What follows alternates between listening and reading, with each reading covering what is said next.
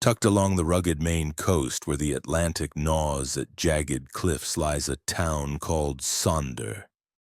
You won't find it on any map, paper, or pixel.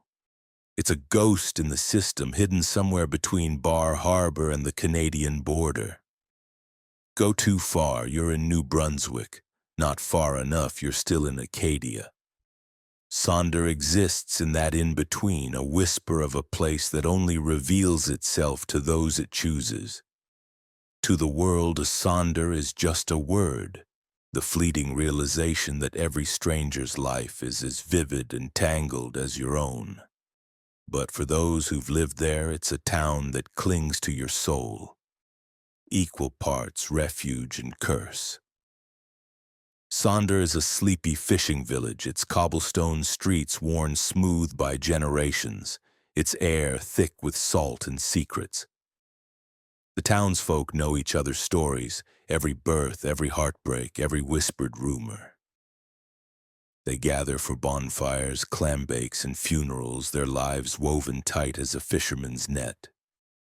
But Sonder is cut off, cradled in a valley shadowed by Black Ridge Hill, a brooding mound that swallows any glimpse of the outside world. Beyond the hill, dense pine woods stretch into darkness, their branches murmuring tales older than the town itself. GPS fails here. Compasses spin aimlessly. Newcomers, rare as they are, arrive with the same eerie tale. A flyer slipped under their door promising a fresh start. A moving van marked with a cryptic V inside a circle brings them to Sonder's edge. They were so kind, went out of their way, they say, their smiles uneasy, never questioning how they found a place no map acknowledges. In this strange town lived Ellie, a 15-year-old with eyes that caught the ocean's restless glint. She grew up in the glow of her mom's bar, the Rusty Anchor, where fishermen swapped stories over cheap beer and laughter warmed the salt-stained walls. Her brother Jake, 17 and fearless, was her shadow and spark, always chasing the town's mysteries like a moth to flame. Every Friday, their mom, Maggie, grabbed a pizza from Uncle Ray's, a ritual as sacred as the tides. Uncle Ray, nobody's actual uncle, slung pies with a wink, his diner a halfway point between bar and home. Every shop in town, the bait shop, the general store, the laundromat, bore that same V logo stamped on signs, etched into appliances, a silent pulse running through Sonder's veins. But something darker lingered beneath the town's charm. The scream singers. At night, their wails drifted across the valley, a chilling melody that was half scream, half song, beautiful yet wrong. Like a lullaby sung by a ghost. No one had ever seen them, but their cries were a death knell. Every year or two, someone vanished. A loner gone quiet, a lover slipped from their bed. No broken locks, no scuffed floors, just absence. The scream singer's song would start weeks before, soft as a distant storm, growing sharper until it sliced through the night. Then the night someone disappeared, it stopped.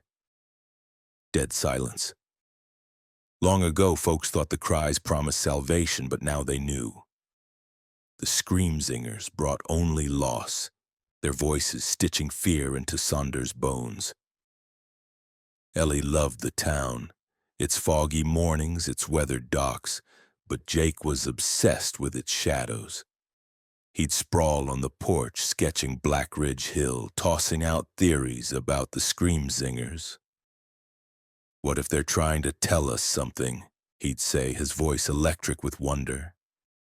Ellie, more grounded, felt the weight of those unseen eyes in her dreams, the wails curling like smoke. Maggie, tough as the cliffs, shared stories of Sonder's past, tall tales of shipwrecks and sea spirits. But her voice dropped when the scream singers sang, her eyes scanning the dark. The summer solstice, Ellie's 15th year, marked Sonder's 97th festival, a ritual held as the sun bled into the sea, closing the longest day. The town square flickered with bonfires, fiddles weaving through the damp air as folks danced and drank. The rusty anchor's doors swung wide, welcoming all. Ellie and Jake sat in a corner sipping cola, hers spiked with a splash of Maggie's whiskey, a solstice treat. The festival hummed with life, but a chill hung over it. For 3 weeks the scream singers' wails had sharpened, their notes piercing the fog like a blade. That night, as the bonfires roared, the cries slithered through the music, faint but undeniable. Smiles tightened, hands gripped bottles harder, but the crowd pushed on, defiant. Jake Antsy leaned close, his breath warm against Ellie's ear. "Let's go hear them," he whispered, nodding toward Black Ridge Hill. Ellie's stomach twisted. The woods were off limits, a place even the bravest avoided. But Jake's grin was a dare, and her own curiosity clawed at her. "Just a quick listen," she muttered, her voice shaky. They slipped out unnoticed in the festival's chaos weaving through Sonder's narrow streets. The cobblestones faded to dirt, then pine needles as they climbed Black Ridge Hill. The town below dimmed, its fires a frail glow against the night. The scream singers' wails grew louder, wrapped them in a cold, invisible shroud. At the hill's peak, the pine woods loomed, their shadows swallowing the moonlight. Ellie's pulse hammered, but Jake's reckless spark pulled her forward. "We'll be legends," he said, half laughing, half serious. They stepped into the forest, the festival's music drowned by the crunch of needles and the scream singer's relentless hymn. Every rustle made Ellie jump, her eyes catching shapes in the dark, branches or something worse. The air thickened, heavy with a presence that pressed against her skin. They stumbled into a clearing, a moonlit patch where a jagged rock stood, tall as Ellie and rough as the cliffs. The scream singer's wails were deafening, vibrating in her bones. Jake gripped her arm, feeling her tremble. "It's just noise," he said, but his voice cracked. Ellie's gaze locked on the rock and her breath caught. There, perched atop it, was a thing, gray, towering, its shape a twisted mockery of a man. Its arms were uneven, one ending in a hand with fingers knotted like driftwood. Its face was blank, a smooth void until it split open. 2 eyes pushed through the skin, glowing faintly, pinning her in place. The face sealed shut, then tore open again, sprouting more eyes, 4, 6, a cluster of unblinking stares. Its maw gaped, unleashing a scream that wasn't music but agony, a sound that ripped through her mind. Ellie ran, her legs pumping before her brain could scream, the woods blurred, branches clawing at her face. She glanced back, expecting Jake's footsteps, but he lagged, his face confused, not afraid. He hadn't seen it. The truth hit like a gut punch. He was running to catch her, not to flee. Down the hill they tore, the scream singers' wails a howling storm at their backs. Ellie's chest burned, her sneakers skidding on loose dirt. They hit the cobblestones, the festival's glow a faint promise ahead. Jake caught up, grabbing her shoulders. "Ellie, what the hell? Why'd you bolt?" he gasped, his eyes searching hers. Tears streamed down her face as she stammered. "It was on the rock, a gray thing, tall with eyes everywhere. It saw me, Jake." He pulled her close, his arms steady.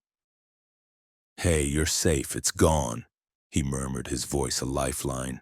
Ellie shut her eyes, clinging to him, her sobs muffled against his jacket. She tried to explain. "The rock, you saw it, right?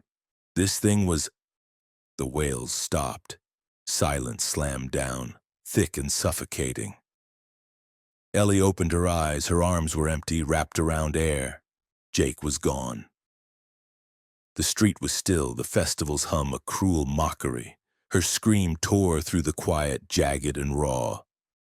She staggered toward the rusty anchor, pushing past dancers and drunks, their faces smudging into a haze. Maggie stood behind the bar, her smile collapsing when she saw Ellie's tear-soaked face. "Where's Jake?" she demanded, her voice sharp with dread. Ellie choked out the truth. The woods, the creature, the eyes, Jake's vanishing. Maggie's face shattered, and she yanked Ellie into a fierce hug. The bar shut down. The festival's warmth snuffed out. They sat in the dark, grief a cold stone between them. Dawn crept in gray and merciless, and Maggie made her choice. "We're done here," she said, her voice hollow. By noon, their life was crammed into Maggie's old pickup. As they passed Uncle Ray's, Ellie realized it was Friday, the first without pizza. The ocean shrank in the rear view, and Sonder became a wound, raw and bleeding. They landed in a small town in Vermont, far from the sea, but the world felt thin like a faded photograph. Ellie scoured the internet for Sonder, chasing scraps. Blog posts, cryptic tweets, whispers of a town that didn't exist. The V logo haunted her, but no company matched it. Therapy softened the nightmares, but Jake's absence was a hole nothing filled. Maggie stopped talking about Sonder, her eyes lost in a place Ellie couldn't reach.